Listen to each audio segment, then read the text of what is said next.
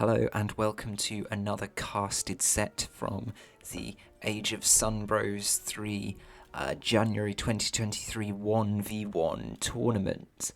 We're very excited today to have a best of three between IulianPashsa, who is going to be playing Sweden in the red in this first game, and Popolim1, who I'm just going to be calling Popo, who is going to be playing Russia in the blue in this first game. Two European civs here, quite differing in styles. Obviously you've got Russia, best known for their aggression and military focused map control, whereas Sweden, best known of course for their torps and their kind of economic spread. The map for this first game is Painted Desert. I think this is an old vanilla, certainly an old legacy map. It's got 4 native settlements lined up across the diameter of the map, but it's got no trade routes, so no extra XP to get those shipments in double time for these civs. Let's have a look at how they've both started. So Popolim doing a pretty standard start here. He's got a house down, got 135 wood, probably some of that's from a treasure in the bank. That's probably going to go towards the blockhouse during the transition. The deck is simply called Land Solo. We've got distributism to open up there. Then we've got all the classic Russian Age 2 unit cards. We've got Boyars, of course, and we've got a good set of resource crates. So this looks like a pretty versatile deck. Got all the Age 3 cards we know and love in there, including Savonia, recently nerfed, of course, but making an appearance in this game. Very nice to see that, Popo. If we cross over to Julian, let's have a look. This deck is called 1v1 India. That's interesting. Russia obviously close enough to India in this system. We've got 3 settlers coming in as the first shipment, and then we've got a number of the torp shipments. We've got the Enselberg Ironworks, we've got Dominions, we've got blueberries available as well. And of course we've got what Sweden are best known for. We've got some mercenary shipments. So we've got Vasa allies and Jagalian allies. These are technically natives, not mercenaries, aren't they? Available there in Age 2. We've got some lovely Jaegers available in Age 3. But quite a mixed deck here. Quite a few eco cards. Of course, that's sort of what you expect from Sweden. Yeah, maybe suggests we're going to see a slightly more defensive approach here from Julian, but difficult to say at this early stage. Julian has put 2 torps down. Those are well placed. They're gathering from this bison as well as the berries. He's also got the cows there. There are a few cows to find around this map, and we'll just see whether Russia is really... they picked up one, so they are engaging with this, but Julian has done a lot better in terms of scouting out these cows, and is probably going to be able to take more advantage of them as Sweden with those torps. If we just check the line of sight, Julian has pretty much covered their own half of the map. And if we hop over to Popo, pretty much also covered their own half of the map. Also started to scout out the opponent a little bit, has seen this forward hunt, but Julian does have other options available if the pressure starts to come onto that. Just picking up a treasure here, that's 70 coin. And let's just check the age ups. The Quartermaster for Russia. It's not particularly surprising. And the Philosopher Prince for Sweden. Now, I will admit not to knowing the Sweden meta particularly well, so I don't know how usual or unusual that is, but certainly for a European civ, unusual to see the Philosopher Prince coming out as the Age 2 age up. So that's going to be depositing a bunch of food crates for Julian to make use of when they get up. I'm also noticing hunting dogs come in, but right now there's no one gathering food. Or, well, two villagers gathering food, just kind of doing hunt management there. One of those villagers is about to start getting attacked by this blockhouse, so Julian knows where it is. Popolim knows where one of the enemy settlers is, also knows that the enemy explorer is having a go at this blockhouse.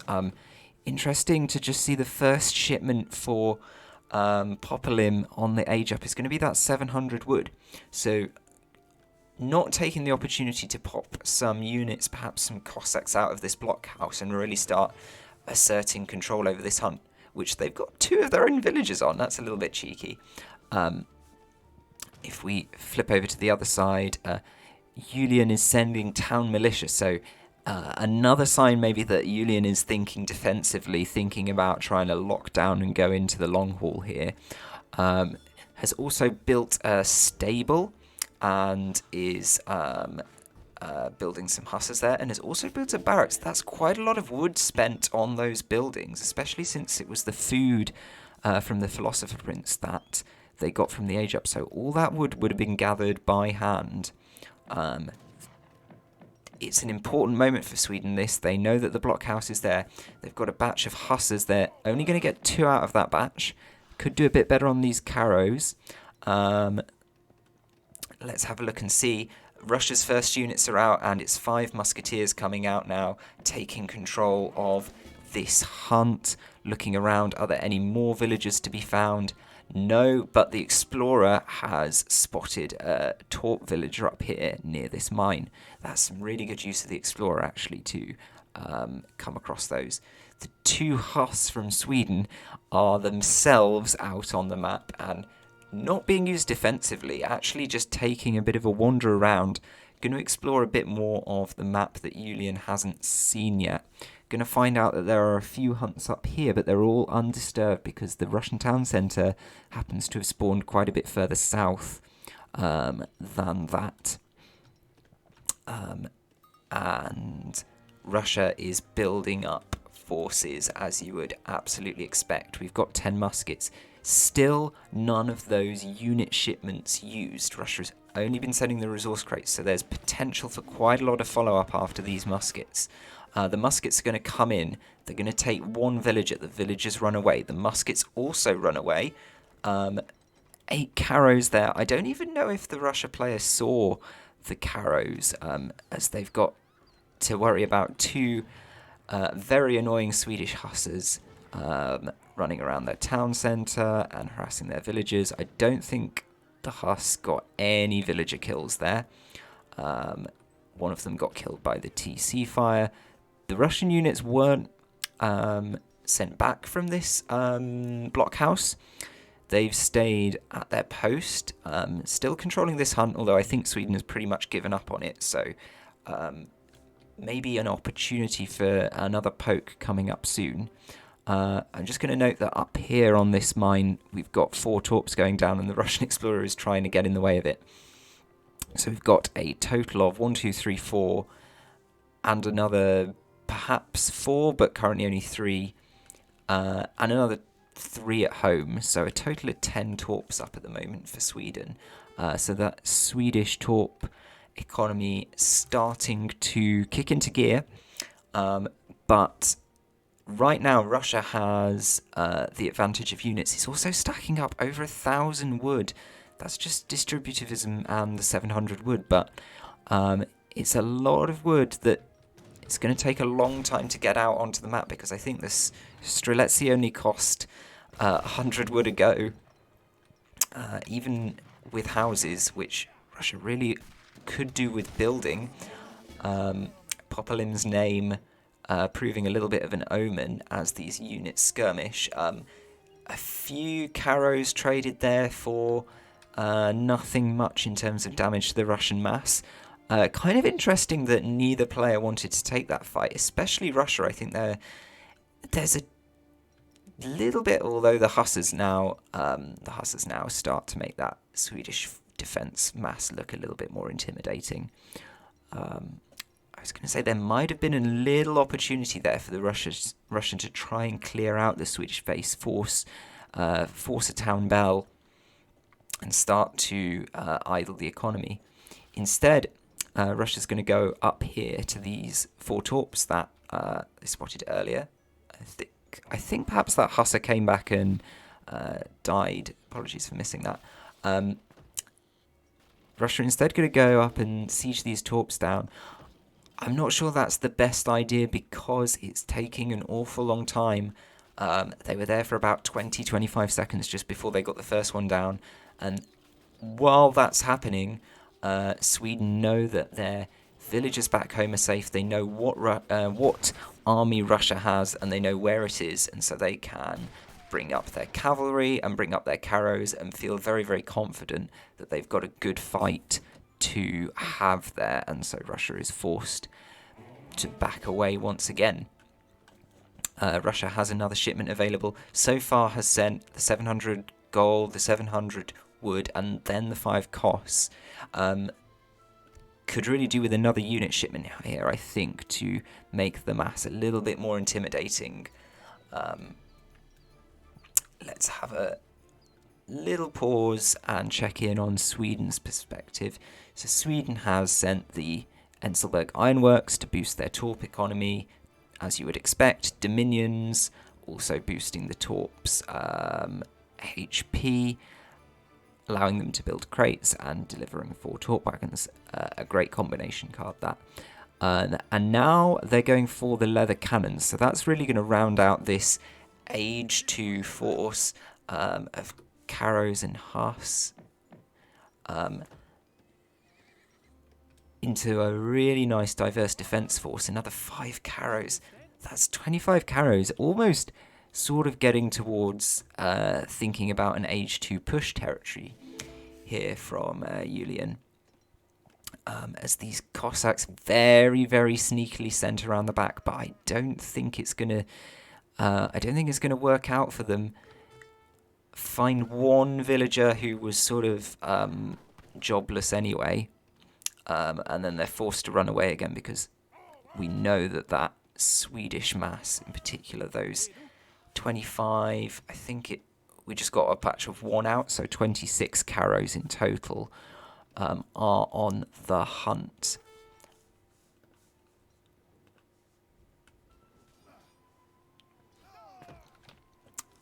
So those 4 Cossacks getting caught up now by actually the cavalry. Sweden decided to split off the cavalry there, maybe just to see if they could get a raid off themselves, maybe to go and deal with those Cossacks. It didn't work out super well because they ended up fighting the whole Russian mass, including a healthy number of musketeers, and they were forced to run away. It's been a very back and forth game here. Both players quite cagey, declining a lot of fights. And so the armies are building up quite big. The scores are close. Russia, of course, tends to underscore a little bit. And so you can probably say is matching, if not leading, Sweden effectively here. Another 10 musketeers coming out. Russia has put up a second blockhouse, actually finding a use for that massive stockpile of wood they had a few minutes ago. Had close to the resources needed to Age, but is deciding to send boys, and so very much committing to stick this out in Age 2. Not that that's a huge surprise, of course, this being Russia. The 2 armies have drifted a bit close to each other here as Russia try to put some pressure on the town. I thought maybe we were going to have a big fight to the death there, but Russia have drifted away. Sweden backed off a little bit as well. That leather cannon got a nice shot in there, but now Russia knows about that. Not that they'll have much of an answer for it. It'll be very difficult for those just 3 Cossacks to find their way through to that leather cannon. Those 2 leather cannons might be easier overall for Russia just to take the hit and try and focus them down with the infantry. Russia playing quite a smart game here, I think, this time going back to the torps. Has got the forces to take probably all 4 before the Swedish army makes it over to them. And the Swedish army is going to be that much slower now that they're pulling these leather cannons along behind them. Let's check the speed. 3 speed on those leather cannons. That's really slowing the group down quite considerably. Russia has another shipment available. This time it's the 13 Streletsy. That's pretty much all of their Age 2 shipments done and dusted. Another batch of 20 Streletsy coming out. Another batch of 10 musketeers with those Streletsy running around, separated from the main army at the bottom here. Gonna make a little challenge on these torps. Russia really built up big mass here. Not that Sweden have a small mass by anyone's measure. 35 Karelians, 5 Hussars, and the cannons. The cannons can be really important because they are going to get extra value firing into that big blob that is the massive Russian mass. However, I think Sweden is probably could be in a bit of trouble if these two forces combined faced off head to head here. The scores are still very close. That probably still favours Russia. A random Swedish hussar trying to raid there, but happened to run into the Russian army.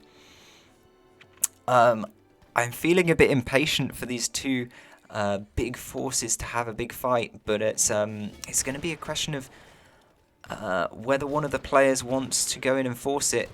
This could be it though. Russia coming in, hasn't got their army in one group, potentially is trying to offset the risk of the cannons here by doing that. Has taken out most of the hussars, so now it's just Karos versus a mixed infantry, and you've got to think that favours the Russians a bit. Oh, but the leather cannons getting some nice shots right into the middle of that mass. Leather cannons versus the Streletsy are going to be able to do a lot of damage. Get full kills. I think I saw 5 or 6 plus 6s pop up there. A lot of Streletsy being taken out by those cannons. The Karelians are in cover mode. They're having to back away now. They can go quickly now that the cannons are dead. Sweden popping the Minutemen as well. They've got the extra Minutemen from the Town Militia card. And Sweden have Falconets out now. They've got up to Age 3. That's why we saw their number build-ups tail off a bit, presumably. They were saving up those resources for Age 3 and popped out the 2 Falconets at exactly the right time to repel this Russian mass. And that was a classic example of 2 Falcons coming to the rescue and absolutely changing the course of the fight. Because I think we were looking, before they came, at a very slim and probably not decisive, but a very slim victory for Russia. And now Russia are walking home with probably only 25, 30 Streletsy survivors. They can pop out another 40, 50 odd, of course, because they are Russia, in no time at all. But now it's Sweden who have built up a little bit of a score lead, and they have the key advantage of being able to put down hacker pellets, put down falconets. They could build an artillery foundry and train more falconets if they wanted to. At the moment, their economy is just focused on houses, which makes sense. They need population space for these hacker pellets and for these falconets. Interestingly, training some leather cannons from the artillery foundry. Presumably that's kind of a macro thing, has got the food and hasn't got the gold for the falconets. But the leather cannons are a nice little supplement to this force. Russia has a real problem facing this force. They really want something to deal with the artillery. Now that there are 2 falconets on the field, tanking it and just using the sheer numbers to focus down the cannons is not really an option. So Russia probably need to get to fortress themselves and throw out a couple of culverins. And indeed, it looks like they're going up. I think they're going up with the exiled prince because that bar was moving very quickly. They've stocked up a good 1,000 food. and a good amount of gold in addition to their age-up resources. Let's just take a moment to acknowledge Russia have got 50 settlers down, place 35, so they've actually done a really good job of keeping that settler production going and building up their economy while they're stuck in Age 2, which is not something you always see players doing. So that's a really good job. Now Russia is building culverins, exactly the correct thing to do in response to this play from Sweden. I really think very difficult to criticise these players. Neither of them has really put a foot down. Sweden has put a foot wrong, rather. Sweden has sent out these hacker pellets to scout out some Russian hunts. I think the Russian villagers saw them coming, though, because they're moving away now. And the entire Russian army is sneaking up on these hacker pellets. Oh, look at that. That's not going to be a nice result for Sweden. How many Streletsy is that? 80 Streletsy. At least Sweden gets the benefit of finding out that they're there. Although the hacker pellets, of course, are able to basically make a clean getaway. It would probably been good to have these Cossacks come in and get the snare on. Or maybe you'll have a second chance now, Popolim. No, keeping the Cossacks away. I think it might have been worth sacrificing those Cossacks to get the snare on these hacker pellets, just so that they could, just so that Streletsy could fire on them for a few seconds longer. As Russia's throwing out loads and loads of houses in this lovely sort of checkerboard pattern to disrupt the routing and probably also give them the population they need. As the hacker pellets basically get away with murder there. They were seen by Russia. The army was in the right place. The army moved in on top of them. But thanks to their speed, they were able to get away.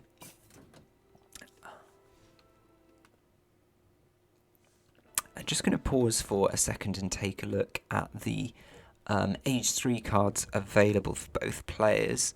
So Sweden have sent Karelians and Falconets, have got this upgrade to the Karelian and hacker pellet range, have got, of course, the Jaegers, this trample tactics, another upgrade to the hacker pellets, so can really go in and create those super hacker pellets, can also upgrade their Karelians. So really looks like they're pretty keen on this Karelian hacker pellet combination and buffing those units up to the max, which absolutely makes sense.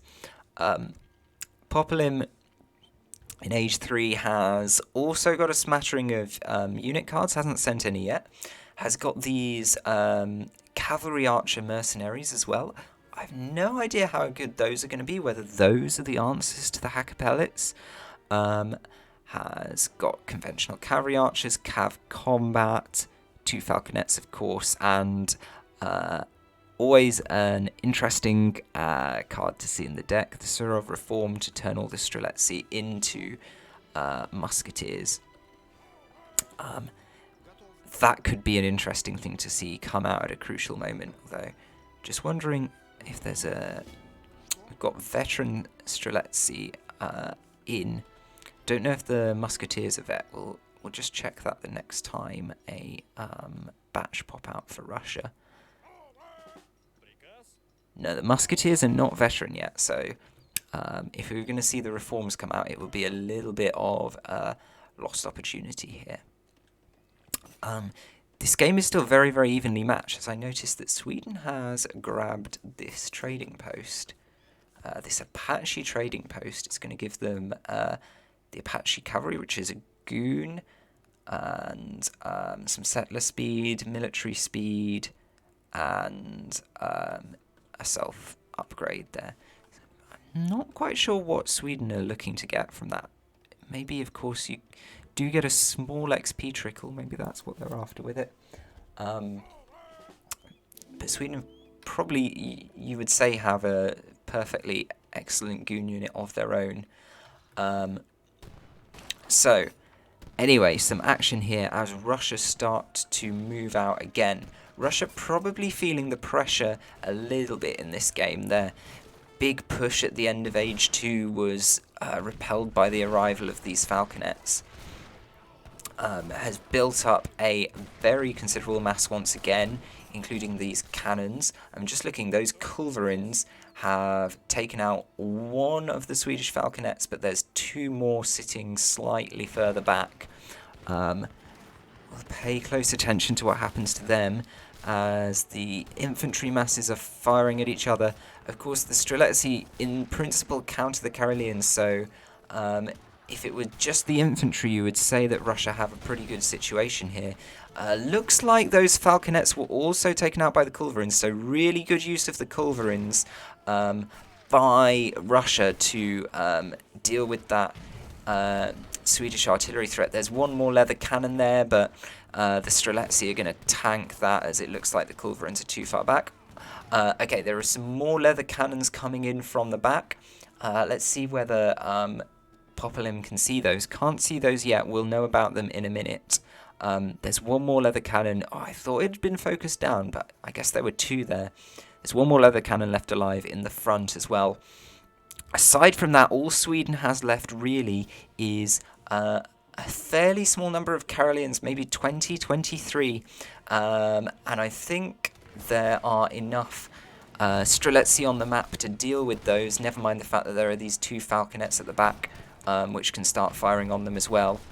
What happens to these leather cannons is going to be very, very important, but as long as the culverins spot them, I think it's going to be at least a local victory for Russia here.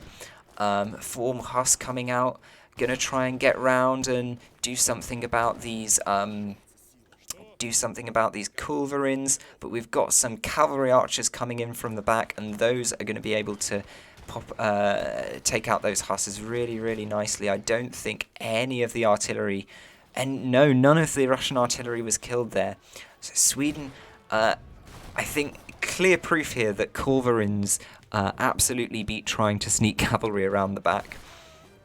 And that really could be the story of this match, because now Russia are moving forward. They've got 5k score liters opened up. That represents the value of the units that Russia have alive and Sweden don't anymore. They're having a go at the Swedish town centre. Interestingly, I noticed Sweden have started building a second town centre here in the back corner of the map, so Sweden don't think they're finished yet. Let's have a look. They don't really have that many resources in the bank, so it's going to be a case of keeping their villagers active and working if they want to try and build up and build their way back into this. Another round of militiamen coming out. I think these will be able to take out some of the cannons that were already pretty damaged. That may make a difference in the next fight. But you imagine Russia will probably have time to replace those cannons if they choose to do so. A little final pop though, Sweden definitely not giving up. A falconet popped out there. The Streletsy were able to one-shot it with all of their mass combined. That's not going to be the case for these Hussars, who are going to get a good 5, 6, 7, 8, 9 Streletsy killed by my count. That wasn't a bad dent at all in the Russian army from those late arriving Swedish units here, but you've got to say that Sweden are really at a big disadvantage here as their home base Torps get taken out as well. There's still one Russian culverin left, and that's going to be firing at these military buildings. I really would say I think Russia might want to focus these military buildings lest another pop come out and take out another chunk of the Russian army, because it's pretty clear at this point that Sweden aren't giving up. Russia definitely has enough of an advantage to win this situation now, but let's see, I am assuming they can't see very much of what Popolim's up to. So they could spot these buildings on the side here. They can just this moment spot where a lot of the remaining Swedish economy is up around this mine, thanks to these villagers passing by. The jury is out on whether Popolim actually spotted those villagers as their own villagers were passing, or whether they were focusing on business here in the in the front line. Russia's stacking up a lot of resources here. Russia is at 200 population, so can't train any more units for the moment. He's sending these Manchu out to have a little scout. Let's see. Yeah, it's more of a scout than a push. Has found some Hussar and is going to be very happy to take that fight, let me tell you. Yeah, just going to sit around there. Are they going to commit the army up towards the top corner? So far the answer is no. Indeed, quite smartly sending the army down to the south here, where there's a little bit more base. Julian being quite sneaky, a little bit cheesy here with these extra side bases. Let's check on Julian's economy. Has got the resources to put out a good few batches of units, so you could legitimately say that the battle's not over yet. But really, I don't think has anything that's going to answer this large Russian force. So I feel like I sort of know which way this game is going. The Manchu up in the top corner are probably identifying the size of this Swedish splinter base. The main Russian army down here in the bottom has got to deal with this outpost, but can get a handy kill of another, what, 10 of the remaining 40-odd Swedish villagers make that 30. Popolim has a massive advantage in the economy, has 73 villages. Yes, has moved over onto mills, but actually if you look at it, they've cleared out pretty much all the hunts on the map, certainly all the hunts on their side of the map, so moving on to mills absolutely makes sense. The main force of the Russian army now clearing up these torps in the bottom splinter of the Swedish remains. Going to be sending some hacker pellets out for a raid, and that's going to be quite an effective raid. Not really anything to stop them up here in this north corner. The villagers are sort of running away. I think they'd be better waiting for the blockhouse to get built because it's only got a few more seconds on it. I think probably something like 6 villagers going to be taken out by this raid. They have got great coats, so that's slowing down the attack a little bit. The hacker pellets being put into melee mode to get a better snag, but they do have a negative multiplier against villagers, so, you know, they're not that good, hacker pellets. Meanwhile, Russia has built another falconet, and it's gone because it wasn't protected by their army. Half of their main force sticking around to finish off the remains of this Sweden southern base. The other half has come up here to the north to see what remains of Sweden in the top corner. They're going to encounter these Jaegers.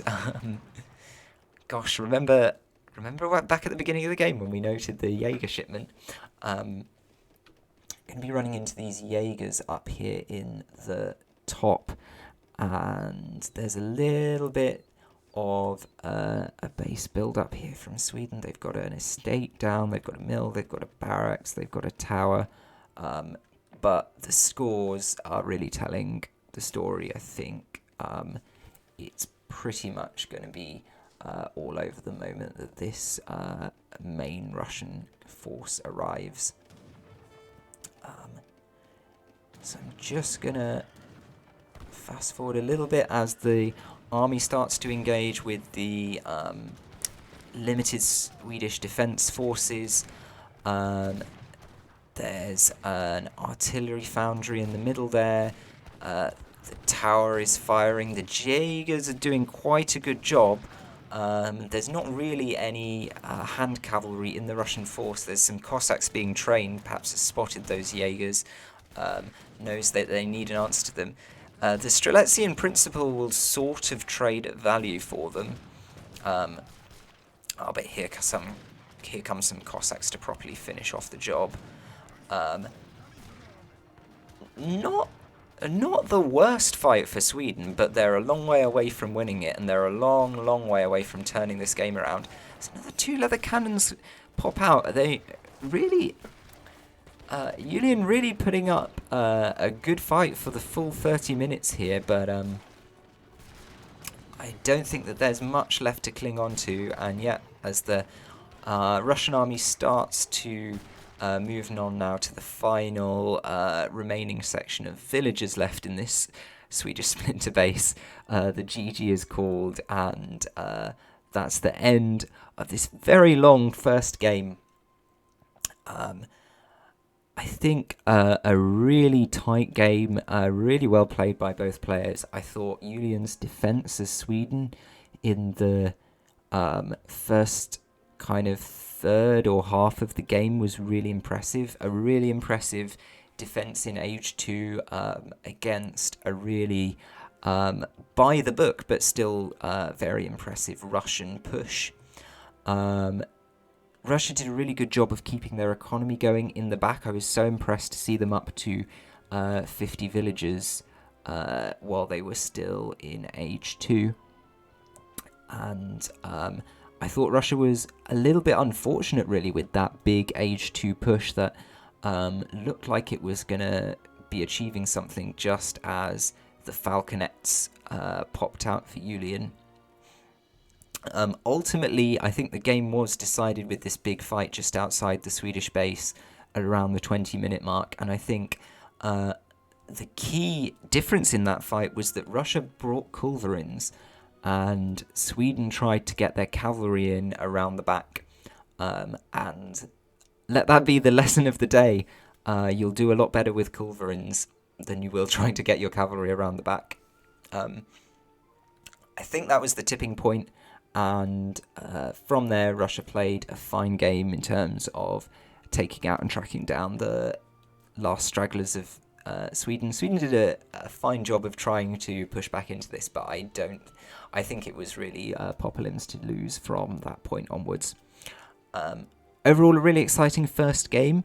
We have at least one more game from this set coming up, so I'll see you for that one shortly. But for now, GG's.